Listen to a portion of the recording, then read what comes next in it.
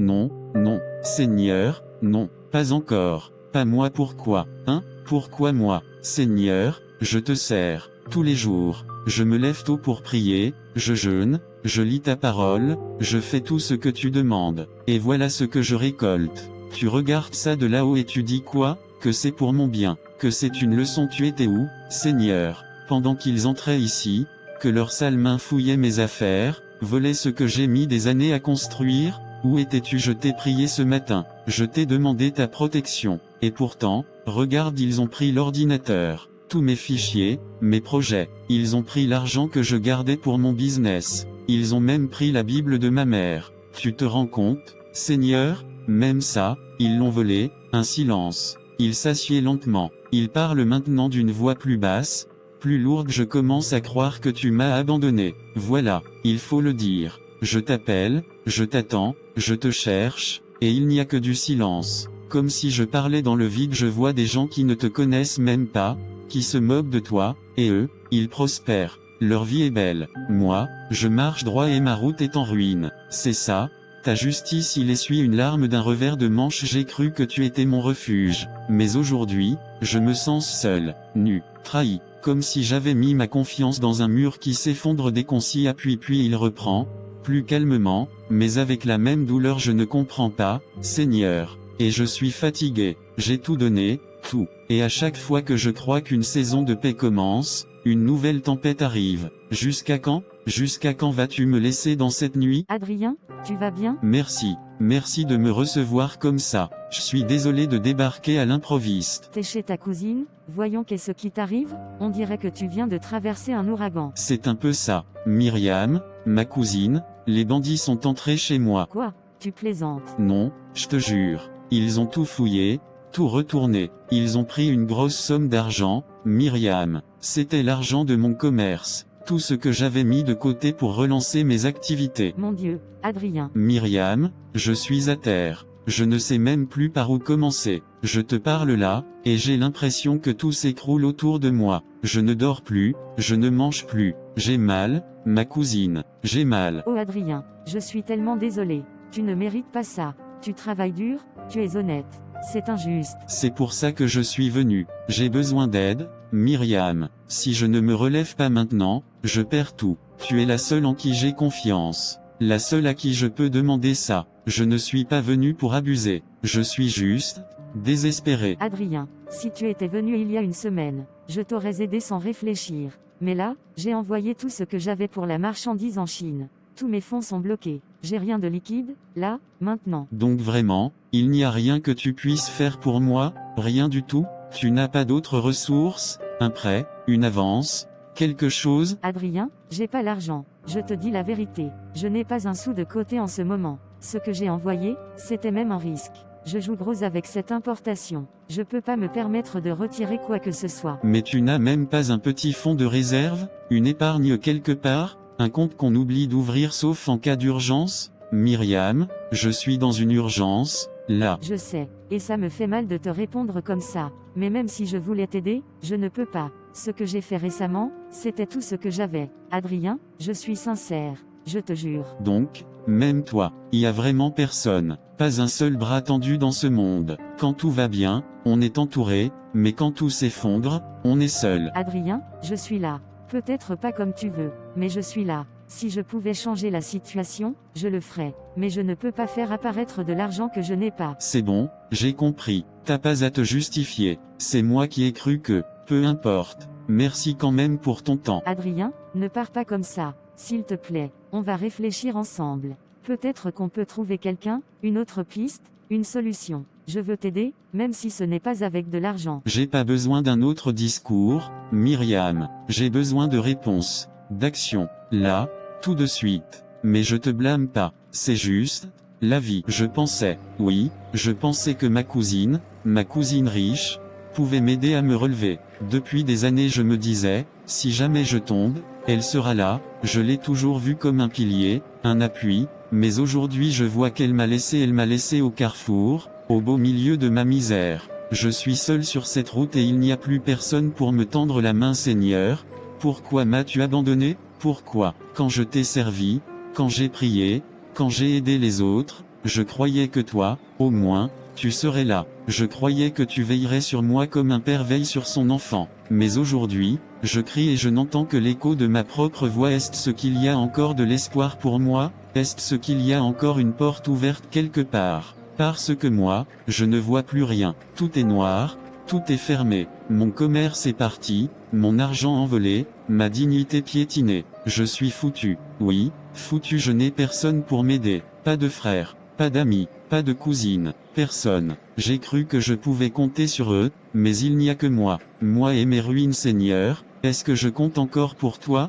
Est-ce que je suis encore ton enfant? Parce qu'en ce moment, je me sens comme un étranger, comme un enfant abandonné. J'y ai plus de force, j'ai plus d'espoir. Je ne sais plus à qui parler, je ne sais plus à qui m'accrocher. Seigneur, si tu m'entends encore, fais quelque chose, parce que moi, je n'en peux plus. Ah, enfin je les vois, ces enfants de Dieu, ceux qui disaient avoir la foi inébranlable, ceux qui juraient qu'aucune épreuve ne pourrait les séparer de lui. Regarde-les maintenant à cause des situations difficiles de la vie, à cause des tempêtes, des pertes, des trahisons, je les ai poussés dans le désespoir. Ils se sont mis eux-mêmes à prononcer des paroles négatives sur leur vie. Eux qui, hier encore, proclamaient la victoire et la foi, les voilà aujourd'hui qui disent, je suis foutu, Dieu m'a abandonné, il n'y a plus d'espoir. Ah, quelle douce musique à mes oreilles. Waouh, oui, waouh, j'ai pris le contrôle sur eux, ils ne le savent même pas, ils croient que ce sont leurs propres pensées, mais ce sont mes flèches, mes suggestions, mes murmures. Et maintenant, ils parlent contre Dieu, ils n'ont plus trop confiance en lui, ils répètent mes mots, ils se condamnent eux-mêmes. Et ce qui me plaît le plus, oh, ce qui me plaît le plus, c'est que j'ai saisi toutes les paroles négatives qu'ils ont prononcées contre eux-mêmes, chaque mot de découragement, chaque phrase de désespoir, chaque confession de défaite, je les ai ramassées une par une, comme des graines de poison. Et je vais veiller, oui, je vais veiller à ce que toutes ces paroles s'accomplissent. Je vais les arroser, les nourrir, les faire pousser jusqu'à ce qu'ils soient enfermés dans leurs propres mots. Ils ont semé le doute, ils récolteront la ruine. Ils croyaient que Dieu serait sourd à mes ruses, mais ils ont ouvert leur bouche, et par leurs propres lèvres ils se sont liés. Maintenant je n'ai plus qu'à attendre. Je ne bouge même plus. C'est eux qui font le travail à ma place. Qu'ils continuent à prononcer la mort, l'échec, l'abandon. Et moi, je ferai en sorte que chaque mot devienne une chaîne. Une fois qu'ils seront prisonniers de leurs propres paroles, ils ne sauront plus comment revenir à la lumière. Et moi, je régnerai sur leur désespoir. Bonjour, Madame la directrice. Bonjour, Ariane. Qu'est-ce que tu veux? Je suis occupée. Fais vite. Jeudi, je suis venue vous parler au sujet de mes frais de scolarité. Ce qui manque pour l'examen. Ariane, on en a déjà parlé. Il te manque encore une bonne partie. Et la date limite est passée. Tu sais ce que ça veut dire? Je sais, madame. Mais je suis venue vous supplier. Ce n'est pas que je ne veux pas payer, c'est que je ne peux pas. C'est mon père qui avait commencé à payer cette année, c'est lui qui a toujours pris soin de ça. Mais il est mort. Il est mort avant la fin de l'année scolaire. Oui, madame. Ça fait 2 mois. C'est dur à la maison. Ma mère n'a rien. Elle fait des ménages chez les gens, mais c'est à peine si elle arrive à acheter de quoi manger. Payer l'école, c'est devenu un rêve lointain. Je suis désolée pour ton père. Mais l'école ne fonctionne pas avec des émotions. On ne paie pas les enseignants avec des larmes, Ariane. S'il n'y a pas l'argent, tu ne peux pas composer. Point. Rentre à la maison. Madame la directrice, je vous en supplie. J'ai travaillé toute l'année. J'ai étudié sans relâche. J'ai passé des nuits blanches à réviser. Cet examen, c'est tout ce que j'ai. Tout. Si je ne compose pas cette année, je ne sais pas si j'aurai encore le courage de recommencer. Je vous en prie, donnez-moi une chance. Ariane, tu n'es pas la seule en difficulté. Si je laisse une élève composer sans payer, demain tout le monde viendra me supplier. Tu crois que c'est juste? On a donné des délais. On a envoyé des rappels. Tu savais. Et malgré ça, tu n'as pas payé. Ce n'est plus une question d'émotion, c'est une question d'ordre, d'administration. Je vous parle en tant qu'enfant en détresse. Pas comme une élève seulement. Je vous parle avec tout ce qu'il me reste. Je n'ai plus mon père, je n'ai plus de ressources, je n'ai plus d'options. Il ne me reste que cet espoir. Cet examen. S'il vous plaît, madame, regardez-moi comme une mère regarde une fille. Pas juste comme une directrice. Je vous en prie. Même si je dois rembourser après, même si vous me mettez des conditions, mais laissez-moi composer, je vous en supplie. Je comprends ta douleur, Ariane. Mais l'école a ses règles. Ce n'est pas contre toi personnellement. Il faut de l'argent. Sans paiement, il n'y a pas d'examen. C'est tout. Alors, C'est fini pour moi, je dois rentrer à la maison comme ça, après tout ce que j'ai donné cette année, juste parce que je suis pauvre, rentre à la maison. C'est mieux, d'accord, madame. Merci de m'avoir écouté. Ma fille, je te vois abattue, sois forte, hein, ne baisse pas les bras comme ça. Le monde est dur, je le sais, mais on ne doit pas se laisser détruire. Tu es jeune, tu as encore toute la vie devant toi. Je pense que, tu peux aller faire un petit commerce. Tu peux vendre des habits, ou des beignets, ou même faire la coiffure. On peut économiser pendant 2 ou 3 ans, et après ça, tu reviens continuer les études. Tu es intelligente, tu peux le faire. Ce n'est pas la fin. Maman, ton idée n'est pas bonne, je veux d'abord terminer cette année scolaire, et après, on verra la suite. Je suis déjà trop avancée dans le programme. J'ai fourni trop d'efforts. Je ne veux pas tout abandonner comme ça. Je veux finir, maman. Finir cette année au moins. Pourquoi papa ne t'avait pas laissé travailler ton propre argent, hein, maman? Pourquoi? Tu étais capable? Tu avais des idées, mais il disait toujours reste à la maison, je m'occupe de tout, maintenant il n'est plus là. Et nous voilà, sans rien, coincés. Comment allons-nous faire maintenant, maman? Moi, je veux fréquenter. Tu n'as pas quelqu'un, un parent, un vieil ami, quelqu'un vers qui tu peux aller demander un prêt, juste pour que je finisse cette année. On peut rembourser plus tard? Non, moi je peux travailler pendant les vacances. S'il te plaît, maman, est-ce que Dieu va nous aider? Maman, dis-moi, est-ce que Dieu nous regarde encore?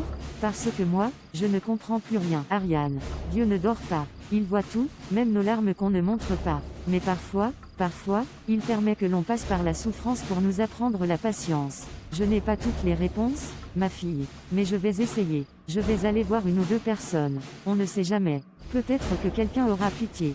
Peut-être que Dieu touchera un cœur. Merci, maman. Je veux juste une chance. Une petite chance. Je promets que je vais donner le meilleur de moi. On va y arriver, ma fille.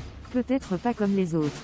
Peut-être pas facilement. Mais on va y arriver, ensemble. Ah, Régine, ça fait longtemps. Comment vas-tu? Merci, mon frère. Je tiens bon. Ce n'est pas facile, mais je tiens bon. Depuis le décès de ton mari, j'imagine que c'est compliqué. Oui, très compliqué. Et c'est justement pour ça que je suis venue te voir aujourd'hui. Je t'écoute. Tu sais que mon mari est décédé brusquement. Il avait commencé à payer la scolarité d'Ariane cette année, mais il n'a pas pu terminer. Il est parti en laissant tout en suspens. Ariane est en classe d'examen, et il ne reste qu'un petit montant pour qu'elle puisse composer. J'ai besoin de ton aide, mon frère. C'est pour ça que je suis venue. Je ne viens pas quémander. Je viens demander un prêt. Je te rembourserai. Je me battrai pendant les vacances. Ariane aussi. On fera tout pour te rendre ton argent. Mais aide-nous à franchir ce pont. Régine, tu crois que toi seul tu as des problèmes? Moi aussi, je suis dans les dettes jusqu'au cou. L'argent ne circule pas. Les difficultés financières, c'est partout. Ce n'est pas facile pour personne. Même moi,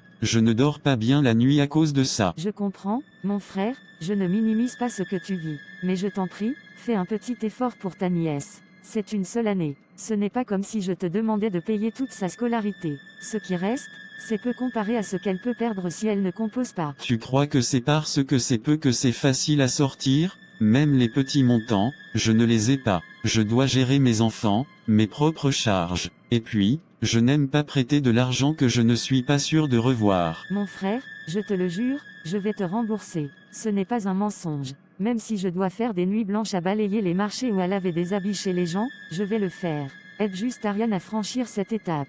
Après, Dieu nous aidera. Mais aujourd'hui, elle a besoin de toi. Moi, je n'ai plus personne vers qui me tourner. Régine, je te dis la vérité, je n'ai pas d'argent. Je ne peux rien faire. Même si je voulais, je n'ai rien à te donner. Donc, vraiment, tu ne peux rien faire? Même pas un petit geste? Non, Régine, je suis désolé, mais je n'y peux rien. D'accord, merci quand même de m'avoir écouté. Que Dieu te bénisse, malgré tout. Si papa vivait encore, je ne serais pas dans cette situation. Je ne manquerais pas mes frais de scolarité, je ne serais pas humiliée à l'école. Tout serait différent, maman. Tout, Dieu seul sait pourquoi il nous fait vivre cette vie horrible. Moi-même je ne comprends plus, ma fille. Depuis des années, nous prions, nous jeûnons, nous crions à lui, mais regarde notre vie. Regarde où nous en sommes. N'est-ce pas la Bible qui dit que Dieu est le rémunérateur de tous ceux qui le recherchent? Seigneur, c'est ça notre rémunération? La misère, l'abandon, la honte? Je veux comprendre. Est-ce que ta parole est vraie ou elle est fausse? Parce que là, moi je suis perdu. Seigneur, est-ce que ce sont des mensonges qu'on nous a prêchés? Où est ta main puissante? Pourquoi nous laisser comme ça? Oui, Seigneur, dis-nous si tu es encore avec nous. Nous avons crié, nous avons cru. Mais là, c'est trop. Tu nous as déjà abandonnés? Pourquoi tu nous laisses dans cette souffrance? Ma fille, Parfois je n'ai plus de mots. Parfois je veux juste m'asseoir et pleurer. J'ai l'impression que le ciel est fermé. Je ne sais plus, Mama. Je suis fatiguée. Mais si Dieu nous entend encore, qu'il fasse quelque chose, qu'il nous parle.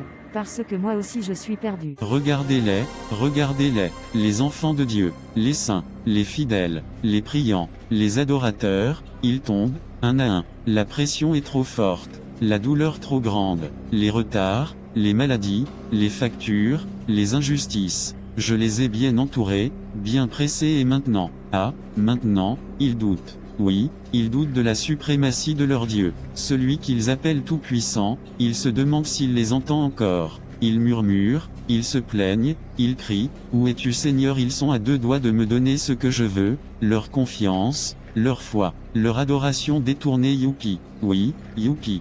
Dans quelques instants, ils iront chez les marabouts, les voilà, les fameux serviteurs de Dieu, qui vont maintenant courir derrière les potions, les gris-gris, les consultations secrètes, les bains mystiques juste pour débloquer un peu ma vie. Dieu comprend, je suis fatigué, je reviendrai à l'église après, c'est juste temporaire, mais ce temporaire, je vais le transformer en prison. Ce petit détour, je vais en faire un chemin sans retour. Et quand ils ouvriront cette porte, je m'installerai dans leur maison. Je suis patient, je suis stratégique. Je ne veux pas juste leur tristesse, je veux leur âme. Et plus ils doutent, plus ils paniquent, plus ils courent vers moi, sans le savoir. Et pourtant, tout a commencé avec un simple soupir. Seigneur, es-tu encore là? C'est tout ce qu'il me faut. Une brèche, un moment de faiblesse, un silence mal interprété. Et moi, je frappe qu'ils viennent tous chercher la solution ailleurs, pendant qu'ils oublient que leur délivrance est dans la patience, l'obéissance,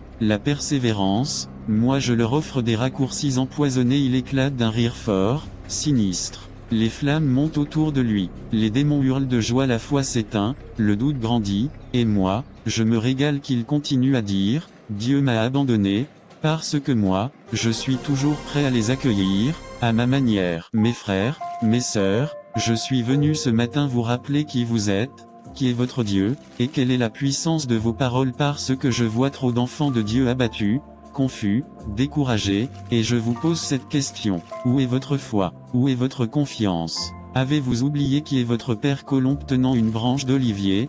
1. La confiance en Dieu dans les temps difficiles. Est-ce le pasteur? Je sais que la vie est dure. Oui, je sais que tu es peut-être en train de traverser un désert, mais est-ce que Dieu a cessé d'être Dieu à cause de ta souffrance? Est-ce qu'il a perdu sa puissance parce que tu ne vois pas encore ton miracle? Écoutez ce que dit la Bible dans Proverbes 3, 5, 6. Confie-toi en l'Éternel de tout ton cœur, et ne t'appuie pas sur ta sagesse, reconnais-le dans toutes tes voies, et il aplanira tes sentiers. Il ne t'a pas abandonné, il travaille dans l'invisible, même quand tu ne le sens pas, il est là. Ésaïe 49, 15 dit, une femme oublie est l'enfant qu'elle allait. Quand elle l'oublierait, moi je ne t'oublierai point. Tu n'as pas besoin de comprendre tout ce que tu vis pour faire confiance à Dieu, tu as seulement besoin de croire que Dieu est fidèle. Job a perdu ses enfants, c'est bien, sa santé, et pourtant il a dit, je sais que mon Rédempteur est vivant. Job 19h25, couronne, 2. Ton identité en Christ maintenant, parlons de toi, pas de ce que le monde dit que tu es, pas de ce que ta situation financière dit que tu es, je parle de ce que Dieu dit que tu es. 2 Corinthiens 5h17 dit, si quelqu'un est en Christ, il est une nouvelle créature. Les choses anciennes sont passées, voici, toutes choses sont devenues nouvelles. Tu es une nouvelle créature, pas une victime, pas un échec, tu es enfant de Dieu, héritier du royaume, racheté par le sang de Jésus. Romains 8h37. Mais dans toutes ces choses nous sommes plus que vainqueurs par celui qui nous a aimés. Ne laisse pas la pauvreté te dire que tu es maudit, ne laisse pas les échecs te faire croire que tu es inutile, tu es béni de toutes sortes de bénédictions spirituelles dans les lieux célestes en Christ. Éphésiens 1, 3, tu es la tête et non la queue, tu es lumière du monde, celle de la terre, tu portes l'ADN du ciel, Dieu ne t'a pas sauvé pour t'abandonner. Feu 3. La puissance de tes paroles. Mais voilà ce qui tue beaucoup d'enfants de Dieu aujourd'hui, leur bouche. Oui, ta bouche peut construire, ou détruire. Proverbe 18h21 dit, la mort et la vie sont au pouvoir de la langue, ce que tu déclares a du pouvoir. Tu dis, je suis foutu, le diable prend ça et travaille avec. Tu dis, je n'y arriverai jamais, tu bloques ton propre chemin. Mais si tu commences à déclarer la parole de Dieu, je puis tout par celui qui me fortifie. Philippiens 4h13, Dieu est mon secours. Psaume 46, 2. Ma vie est entre ses mains, alors tu changes l'atmosphère spirituelle autour de toi. Fais attention à ce qui sort de ta bouche. Dans la douleur le ciel écoute. L'enfer aussi. En conclusion, mes bien-aimés, ne laisse pas les tempêtes te faire oublier la fidélité de ton Dieu. Ne renie pas ton identité parce que tu traverses un moment difficile et surtout, ne détruis pas ton futur avec tes propres paroles. Déclare la vie, même quand tu vois la mort. Déclare la victoire, même dans la défaite. Déclare la foi, même au milieu du doute, parce que Dieu n'a pas fini avec toi. Je pense que ce message s'adresse à moi. Les bandits m'avaient cambriolé et ils ont l'argent de mon commerce. Je suis redescendu à terre, je suis allé voir ma cousine et elle m'a dit qu'elle ne pouvait pas m'aider. Je me suis retrouvé en train de parler négativement contre Dieu. Aujourd'hui je demande pardon à Dieu pour l'avoir traité de méchant et d'infidèle. À partir d'aujourd'hui, je ferai confiance à Dieu quel que soit ce par quoi je passe. Moi de même, j'avais manqué l'argent de la scolarité et ma mère est partie demander l'aide à mon oncle et il a dit qu'il n'avait pas.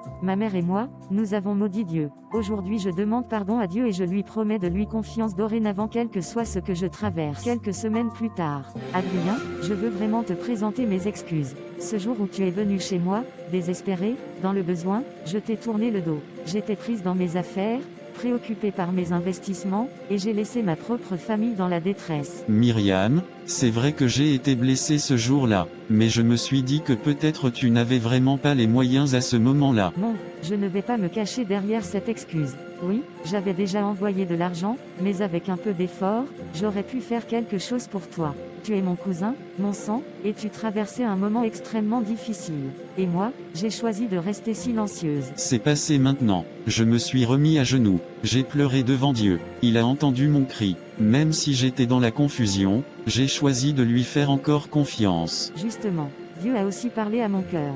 Il m'a repris, Adrien. Il m'a montré que je n'ai pas été juste avec toi. J'ai passé plusieurs nuits à y penser, et aujourd'hui, je suis venue pour me rattraper. Oui, j'ai prié et j'ai décidé de ne pas juste t'aider, mais de compenser mon erreur.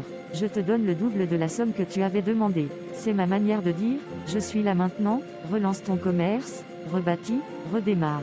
Je crois en toi, Adrien. Myriam, je ne sais même pas quoi dire. Tu n'imagines pas à quel point cette aide arrive au bon moment. Je n'avais plus rien. J'étais vidé, détruit. Mais regarde ce que Dieu vient de faire. C'est lui, Adrien. C'est lui qui restaure. Moi je dis, Seigneur, merci. Enfin, je vais relancer mes activités, je vais recommencer à vivre. Le Seigneur est vraiment fidèle, il s'est souvenu de moi. Même quand j'avais l'impression qu'il s'était éloigné, il préparait déjà ma réponse. Tu vois, il n'est jamais en retard.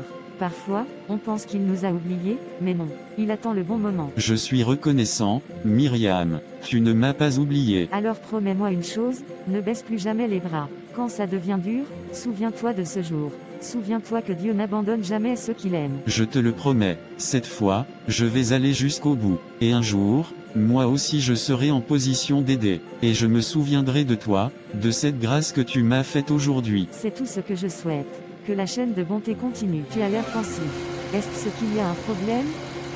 Quelque chose sur mon cœur, Régine, et je suis venu pour le déposer ici. Je n'ai pas dormi en paix depuis ta visite chez moi. Le jour où tu es venu me demander de l'aide pour Ariane, je t'ai répondu durement. J'ai dit que je n'avais pas d'argent, que je ne pouvais rien faire. Et peut-être que c'était vrai en partie, mais en réalité, j'ai manqué de cœur depuis ce jour. Je pense à ma nièce, à ses rêves, à son avenir, à la promesse que mon frère avait commencée pour elle avant de partir. Et moi, j'ai failli à mon devoir de grand frère, de tuteur, de parent. Mon frère, ce que tu dis me touche beaucoup. Ce jour-là, j'étais brisée. Je ne savais plus à qui me tourner, mais j'ai gardé confiance en Dieu. J'ai dit, Seigneur, si ce n'est pas lui, tu ouvriras une autre porte. Et voilà que tu es ici, je vais te donner la somme exacte que tu m'avais demandée, pour qu'Ariane retourne à l'école immédiatement. Seigneur, merci. Mais ce n'est pas tout, Régine. J'ai pris ma décision, je vais prendre Ariane en charge comme ma propre fille. Plus jamais tu n'auras à courir de gauche à droite pour ses frais de scolarité, ses besoins, son avenir. Je me charge d'elle, jusqu'à ce qu'elle devienne la femme que vous avez rêvé qu'elle devienne. Mon frère, tu dis vrai, ce n'est pas un rêve ? Je dis vrai, et je le dis devant Dieu. Je ne peux pas changer le passé, mais je peux honorer la mémoire de ton mari, et alléger ton fardeau aujourd'hui. Ariane mérite cette chance, et je vais veiller sur elle. Ô Seigneur, tu es fidèle enfin, ma fille va retourner à l'école. Elle va continuer de fréquenter normalement Seigneur, tu t'es souvenu de moi, tu n'es pas un Dieu qui oublie les cris de la veuve. Tu n'as pas fermé tes oreilles à mes larmes. Merci, mon frère. Que Dieu te bénisse. Que ta maison ne manque jamais. Ce que tu viens de faire aujourd'hui restera gravé dans mon cœur jusqu'à ma mort. Je ne fais que réparer un manquement, mais je le fais avec tout mon cœur. Dis à Ariane de se préparer, l'école l'attend, et dis-lui qu'elle a un oncle qui croit en elle.